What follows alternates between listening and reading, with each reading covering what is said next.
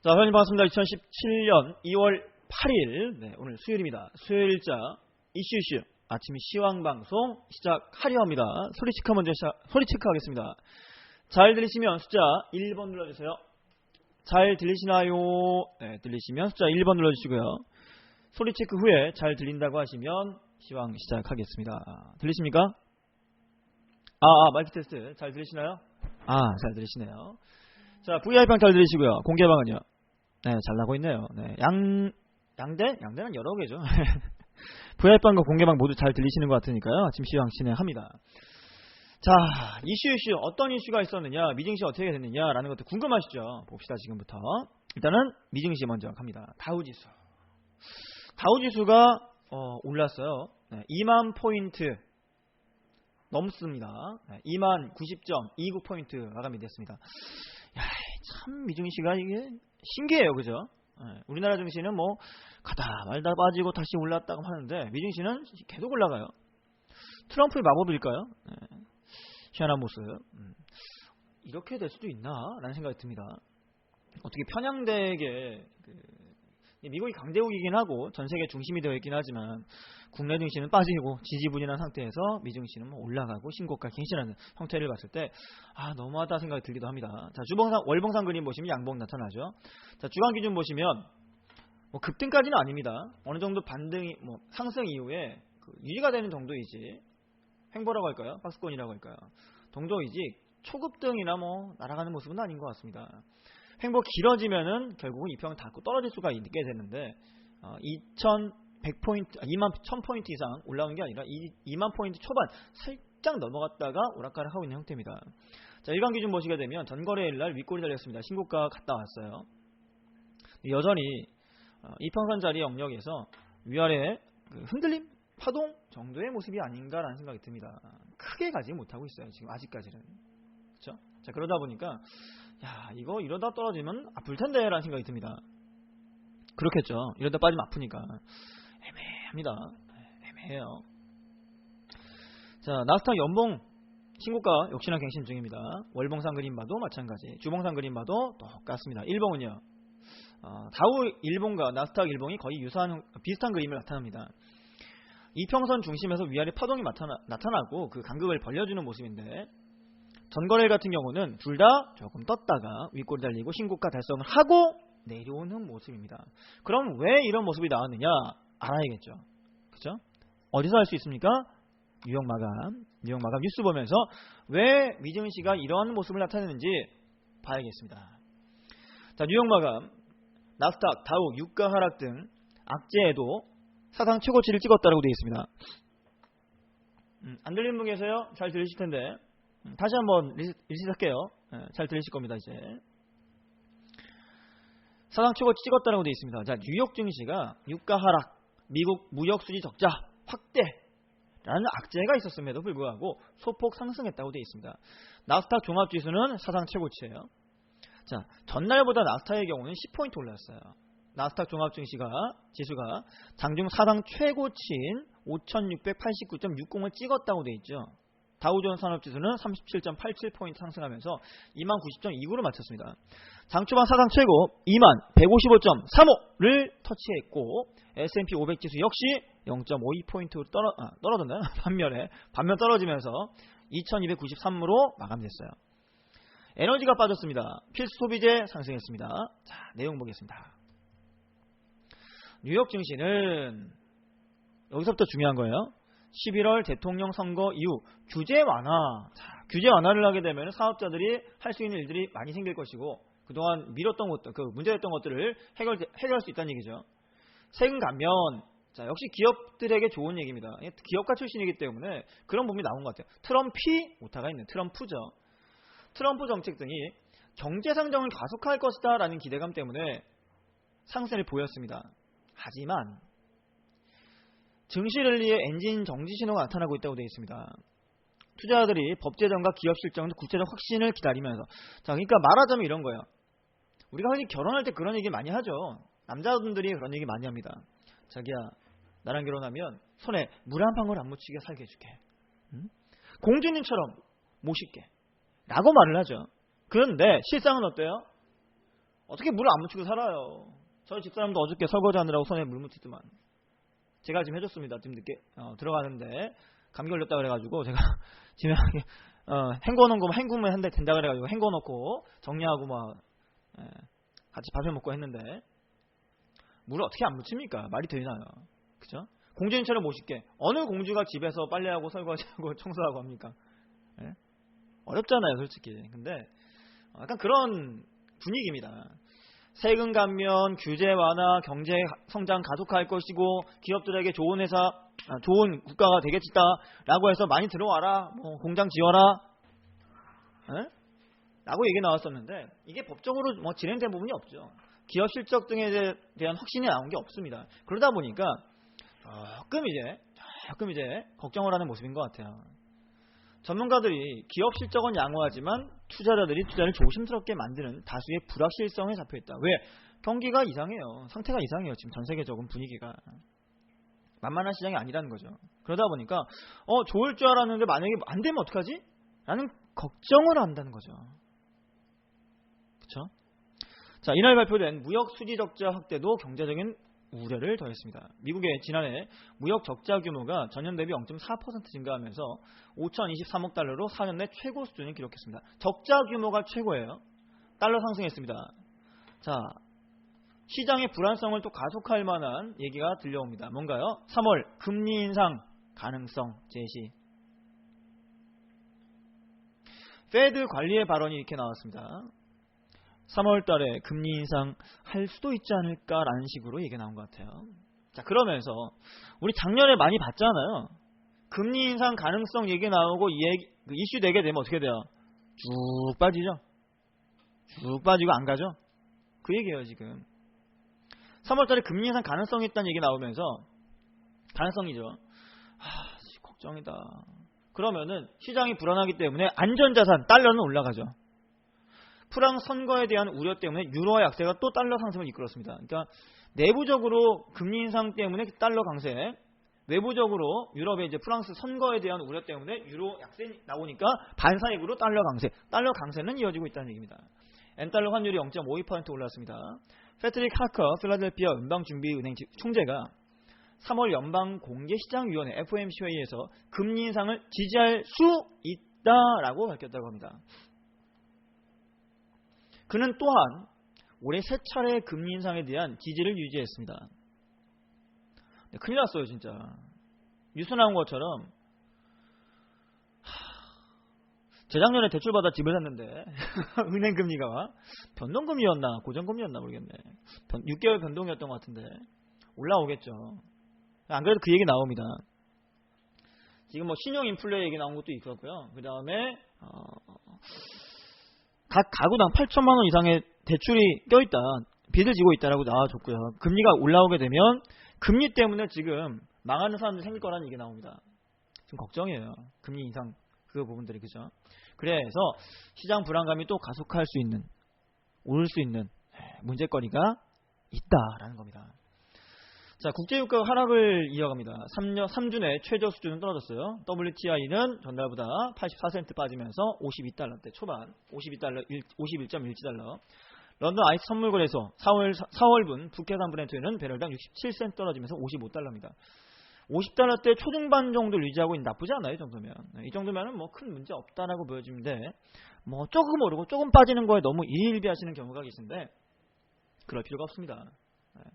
4, 50달러대 유지만 하게 돼도 유가는 충분합니다. 가격대는. 다 먹고 살아요. 충분히. 높아지면은 비싸서 못 넣고 떨어지면은 시장이 뭐 떨어지네 붕괴하네 얘기 나오지만 큰 문제 생기지 않습니다. 40, 50달러대만 유지하면 돼요. 달러 강세에 지속적으로 유가를 끌어내리고 있습니다. 유가는 달러화로 거래되기 때문에 달러화가 어디서 오르면 유가는 해외 트레이더와 바이어에게 비싸집니다. 국제금값은 오름세를 이어갑니다. 뉴욕 상품거래소에서 4월물 금값이 전일 대비 온수당 4달러 오르면서 1236.10달러로 장을 마쳤습니다. 지난해 11월 11일이 최고치라고 되어 있죠.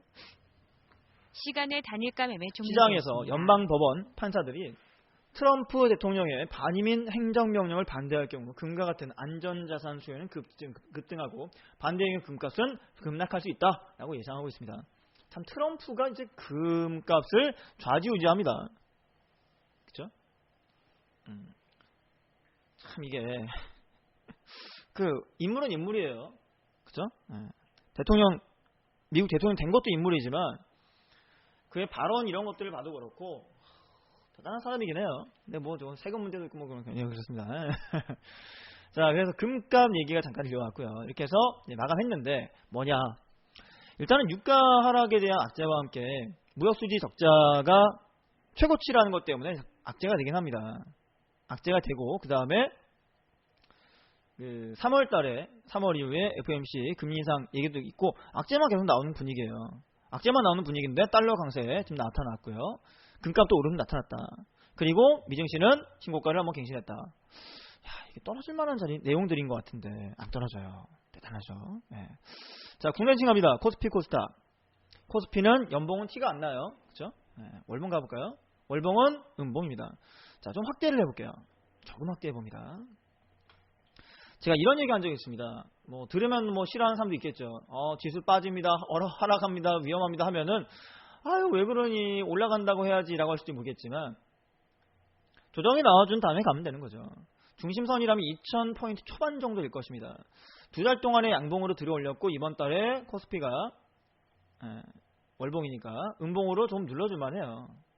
아니 그러면 지수 빠지니까 하지 말란 얘기냐? 아닙니다. 코스닥의 기회가 나오니까 코스닥을 집중적으로 파시면 돼요.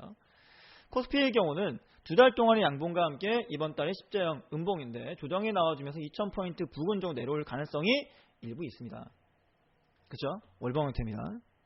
그렇다면 코스피보다는 코스닥 쪽으로 눈을 돌리시란 얘기예요. 지금 주봉상 그림 보시면 자, 이 얘기 했었죠. 코스피 같은 경우에 웬만큼 들어올렸고 들어올린 이후에 뭐 하나 둘 셋 보이죠? 자, 이러한 모습에서 단기 원형, 단기 박스권의 형태가 나타날 수 있다고 했습니다. 그리고 그걸 돌파하지 못하고 다시 좀 쉬고 있다라고 보시면 돼요. 그렇죠?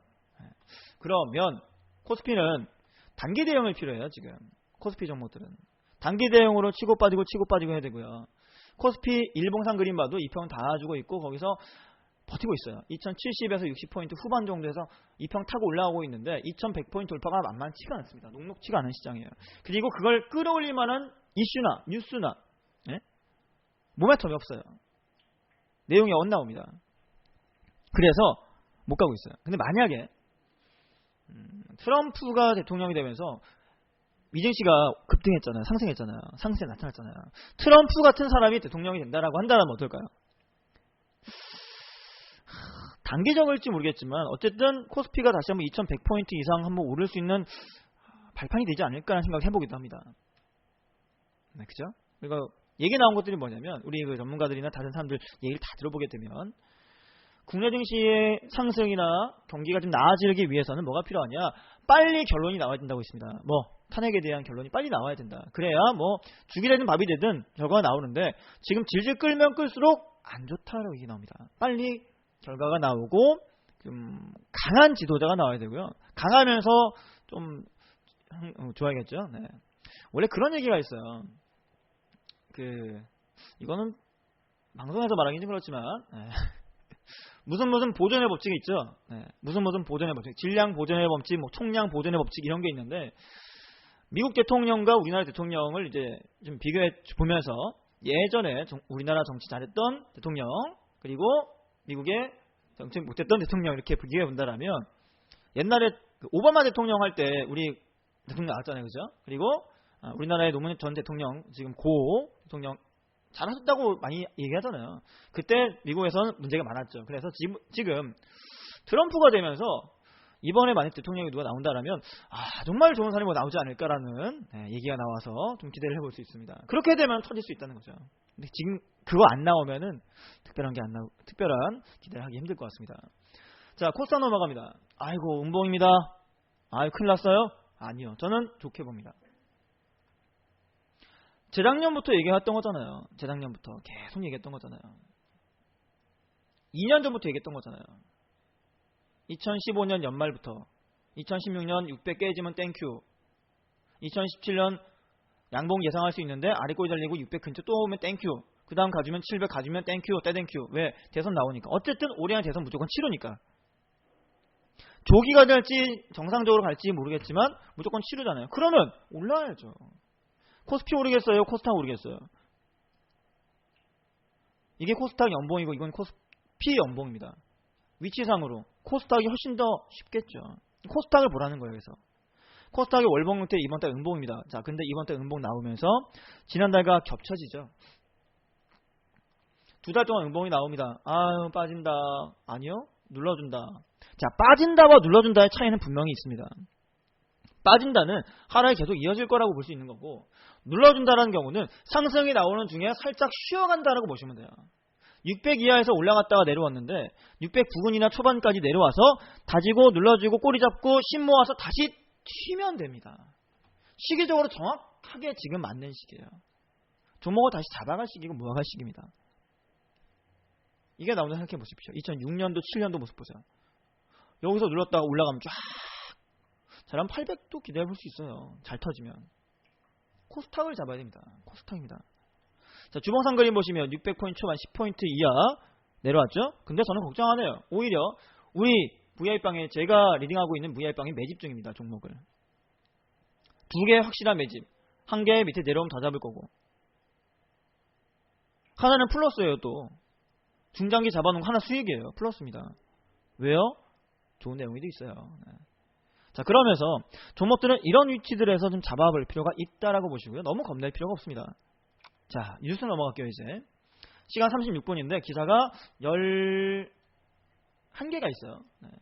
제가 기사를 많이 뽑는데 기사 하나는 하고 싶은 말이 많아가지고 많으면 많을수록 말을 못해요. 그래서 기사를 좀 줄이고 뉴스 하는 시간을, 뉴스를 알려드리고 풀어두는 시간을 좀 길게 잡으려고 해요. 자, 첫 번째 기사입니다. 본전 생각에 발못 빼는 중소형주 펀드 투자자. 한때 고수익에 개인 투자자 몰렸던 작년 수익률이 12%예요. 최악의 성과입니다. 환매는 전체 6%입니다. 펀드 투자자입니다. 여러분, 주식이 아니라 펀드입니다.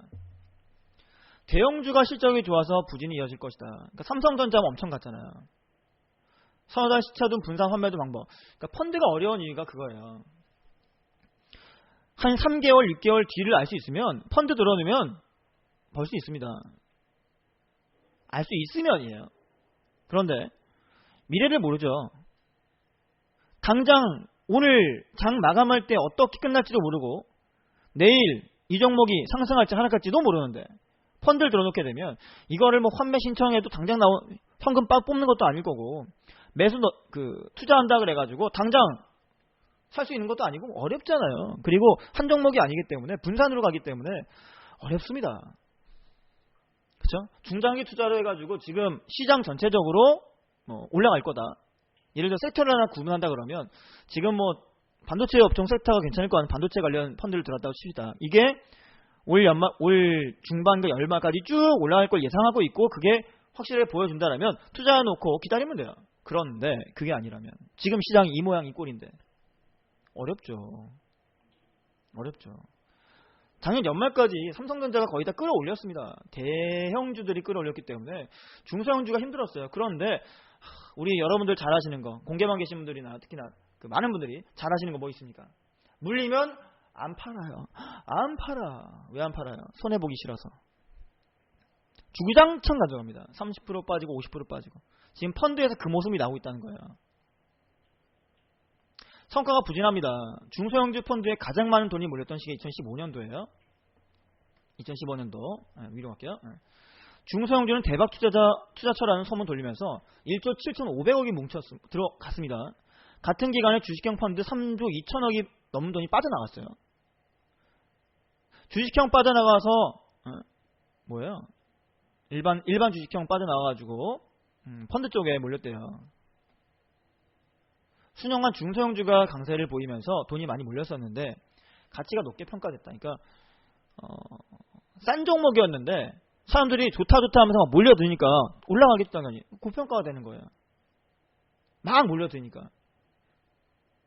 대형주는 그동안 좀 쉬었었는데 이제 좋아지고 있었잖아요. 올라가고 있었잖아요. 그래서 중소형주가 떨어졌지만 손해보고 있지만 대형주들이 좋아질 것 같으니까 좀 넘어가세요 라고 했는데 손해보고 어떻게 팔아요? 5% 10% 손실인데 어떻게 팔아요? 정리 못해요. 이동 못해요. 라고 하다가 오히려 손실폭만 키웠다는 얘기입니다. 본전 심리가 제일 큰 문제예요. 우리가 이게 손절을 못하는 이유가 본전 심리 때문이거든요. 그걸 못하면 주식하기 힘듭니다. 손절도 하고 익절도 하고 또이또이하고 플러스 알파로 가야 돼요. 그래야 여러분들이 계좌가 불어날 수가 있습니다. 그냥 무조건 내가 잡은 거는 수익만 나야 돼요. 손절 못해? 이거 좀 경계하셔야 되는 부분입니다. 그래서 중소형주 같은 경우에 지금 하락 많이 나왔고 떨어지고 있는데 작년 재작년 잡았던 분들의 경우는 지금 손실폭이 클 거다는 겁니다. 근데 저는 뭐라고 해요? 지금부터라고. 작년 연말과 올해 초 이때부터라고. 지금 고점에 물린 사람 굉장히 많을 거 아니에요. 펀드 투자하거나 보게 되면 중소형주에 많이 물려 있을 겁니다. 그러면 코스닥 중소형주 많이 코스닥 바닥권 쉬어진 거 땅바닥 떨어져 튄 거 이제 잡으면요 그 반등 시의 수익을 고스란히 가져갈 수 있다는 겁니다. 마지막 보시면 중소형주가 펀드 기대기에 팔려면 시간 걸릴 듯이라고 되어 있습니다. 연초엔 호재 없어도 주가 오른다는 이런 효과 전혀 안 보이죠. 2번입니다 지금. 중소형주 펀드에 대한 시선이 싸늘해집니다. 그게 뭐 때문이에요? 이게 정치적인 얘기예요. 경제적인 부분도 있겠지만 정치적 영향이 커요. 그러니까 이 부분이 해소가 돼야 오를 수 있는 준비가 됩니다. 그렇죠? 실적 발표 시즌 끝나면 대형주 상승 랠리 마무리됐다라고 되어 있습니다. 중소형주 하락폭 컸기 때문에 가격 매를 생겼다라고 얘기합니다. KB에서 중소형주 포커스 펀드 매니저가 이렇게 얘기하죠. 삼성 액티브 펀드의 운용에 민수아 매니저도 이름이 이쁘네요. 민수아 수아 가격이 비싸진 대형주 비중주이고요. 실적 대비 주가가 싼 소형주를 매수하고 있다라고 되어 있습니다. 시장 분위기가 다시 중소형주 바뀔 수가 있습니다. 남들은 위기라고 말할 때 기회라고 말하시죠. 남들이 오른다고 할 때 떨어진다고 말을 하고 남들이 빠졌다고 할 때 오를 거라고 말을 합니다. 반대로 가야 돼요. 역발상이라고 하죠. 역발상으로 했을 때 좋은 기회가 올 거다. 삼성전자 지금 사는 거 없죠. 200 가까이 돼 있는데 안 됩니다. 바닥권 저평가 매집 종목 잡으셔야 돼요. 제가 잘 나가고 있습니다. 차트 예뻐요. 자, 자투리 펀드 까맣게 속타는 운용업계입니다. 설정의 50억 미만 소규모 펀드 비율 5%, 기준 미자랑 운용사 36개, 신규 펀드는 제한의 타격, 중소 운용사 불만이라고 되어 있습니다. 코레이트 자산운용과 파이나시아 자산운용이 소규모 펀드 비중이 굉장히 많아요. 80% 이상입니다. 신용은 그나마 2%밖에 안 돼요. 감독당국이 설정의 50억 미만 소규모 펀드를 자투리 펀드라고 얘기하면서 정리의 드라이브를 걸립니다. 여기에 재간접 펀드 운영하거나 자금력 떨어진 소형 자산 운용사 중심으로 불만이 나오고 있습니다. 54개 운영사 중에서 개시 1년은 설정의 50억 미만 소규모 펀드 비율이 5%를 웃도는 곳이 36개 회사입니다. 굉장히 많아요. 근데 이 5% 미만인 경우, 50억 미만인 경우에 자투리 펀드 좀 정리해라, 좀 큰 걸로 가라, 모아놓고 합쳐라. 너무 많으니까 문제가 된다는 거죠. 예전에 제가 상조회사 지금 넘버원 프리드에 다닐 때 참 가끔 얘기해요. 그러면 회사를 한 군데만 처음부터 쭉 다니는 것보다 몇 군데 다녀보면서 경험해보는 게 좋은 것 같아요. 그때 당시에 지금 우리 이쪽 업계랑 비슷해요. 그때 당시 분위기가 지금과 비슷해요. 우리 이 업계 있잖아요. 이쪽 투자자문 이쪽 업계. 지금 뭐 등록하는 사람이 굉장히 많아요. 1000몇백 개 됩니다. 등록자만. 미등록도 많겠죠. 그 당시에 상조회사 같은 경우도 수백 개가 갑자기 막 난리 판단 뉴스 나오면서 뭐 정리하고 뭐 빼라 얘기 나와주는데 정부에서는 관리가 힘들기 때문에 갑작스럽게 등록이라거나 아니면 회사 신설이 많아지게 되면요 경계를 합니다. 관리가 안 되기 때문에. 지금 같은 경우도 그런 게 있어요. 그 당시에 정리가 될 거 다 되고 지금 메이저급 한 대여섯 개밖에 안 남았을 거예요. 큰 거는. 중소형 있긴 하겠지만 장사 안 돼요. 다 프랜차이즈 먹혀 들어갑니다. 지금 영화업계 같은 경우도 뭐 있어요? CGV, 롯데 시네마, 그 다음에 그 뭐죠? 뭐 있잖아요. 3개. 예. 롯데 시네마 또 뭐 있더라? 메가박스. 요거 3개 거의 메이저 다 먹었죠. 소형업체 다 먹었잖아요. 동네 무슨 영화 무슨 극장 다 먹어서 지금 계열 다 만들었죠. 그렇게 간다는 거예요. 전체적으로는. 그러니까 지금 펀드 같은 경우도 소규모 펀드 다 정리하고 합병해라. 집어넣어라. 그런데 우리 이거 해야 되는데 어떻게 하냐고. 볼면서 나올 수밖에 없는 돈이죠.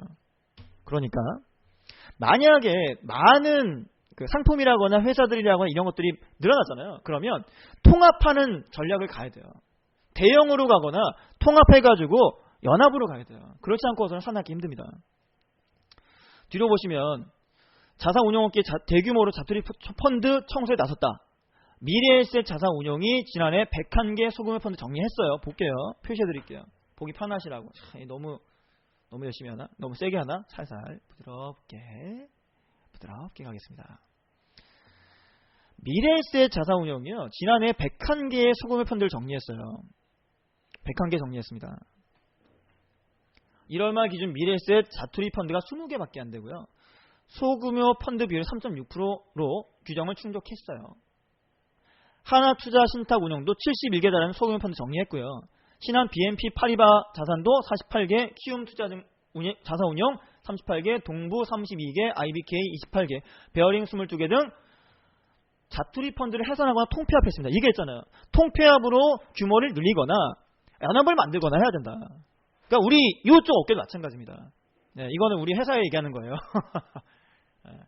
연합으로 가서 모으거나 아니면 규모를 더 키워서 확장시키거나 해야 살아남습니다. 제가 그걸 겪어봤기 때문에 알아요. 자, 그래서 지금 운영사 같은 경우도 소규모 50억 미만 부분들을 정리하거나 통합을 하고 있다. 이렇게 가야 살아남습니다. 근데 이 지금 하고 있는 미래에셋이나 하나투자 자산운용이나 BNP라거나 신한이나 키움, 동부 이쪽은 크기 때문에 가능한데 아까 올라왔던 것 중에 가장 심각한 회사가 코레이트, 파이나시아 얘네들은 지금 큰일입니다. 80% 이상이 그 부분이기 때문에 다 무조건 다 끌어 모아야 돼요. 한 방에. 다 끌어 모아야 됩니다. 5개 중에 4개, 6개 중에 5개가 이거기 때문에 이거를 1개나 2개를 다 모아야 돼요. 펀드 자체를. 그렇지 않고서는 이게 타격이 심할 겁니다. 그러니까 무너질 수도 있습니다. 싹쓸이 해가지고 정리할 수가 있어요. 조심하자는 말씀드립니다.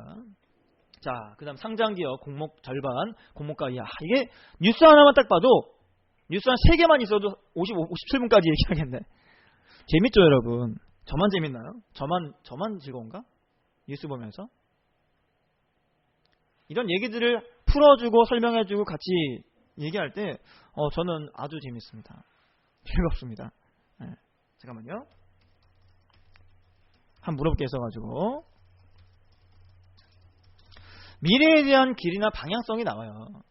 그리고 그걸 여러분들이 캐치하셔야 돼요. 상장기업 절반이 공모가 이하입니다. 수익률 최악이 신한금투입니다. 신한금융투자에서 투자한 회사들이 상장하게 되면 주가가 빠지기가 쉽다라는 거죠. NH투자증권이 주간사를 가지고 했을 경우에 8% 빠졌고요. 신한금융투자에 했을 경우는 17% 빠졌습니다.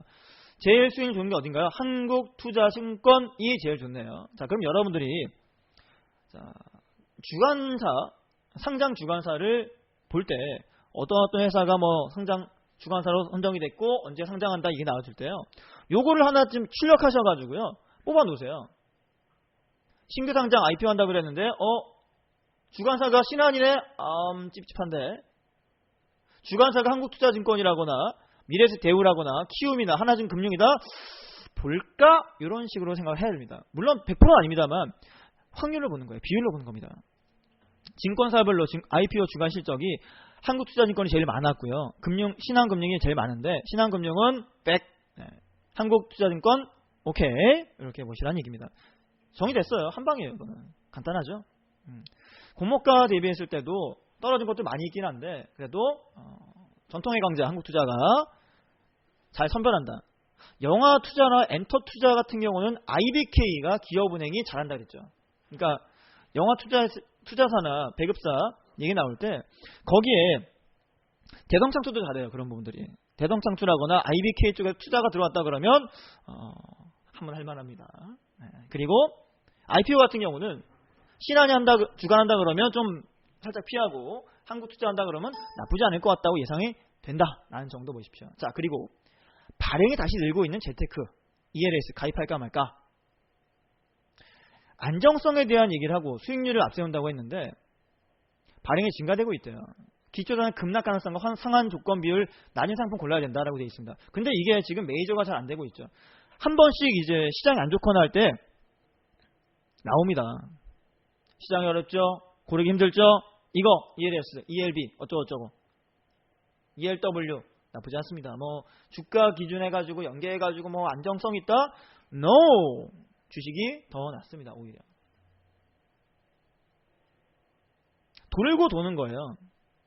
여러분 짬뽕만 먹으면 질리잖아요. 그럼 짜장 먹으라고 하는 거죠. 짜장만 먹었는데 질려요. 볶음밥 먹으라고 하는 겁니다. 볶음밥 먹으면 질려요. 뭐예요? 탕수육 먹으라는 겁니다. 돌고 돕니다.